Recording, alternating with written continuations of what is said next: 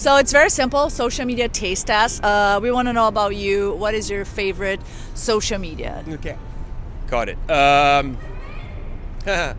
Probably Facebook. Originally, there were people I knew on there that, I want to keep track of. Okay, let's find out what's behind the social media taste test.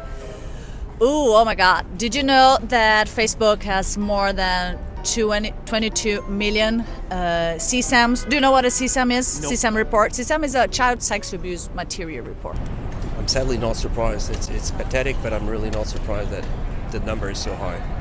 It's really bad. So we are a nonprofit building our own social media platform. Okay. It's called 65 Square. That's the plan. Ad-free. I'm really curious how you're making money out of that. And there's even a timer to kick you off every day because of people Are you saying that people are wasting too much time on social media? Is that what you're saying?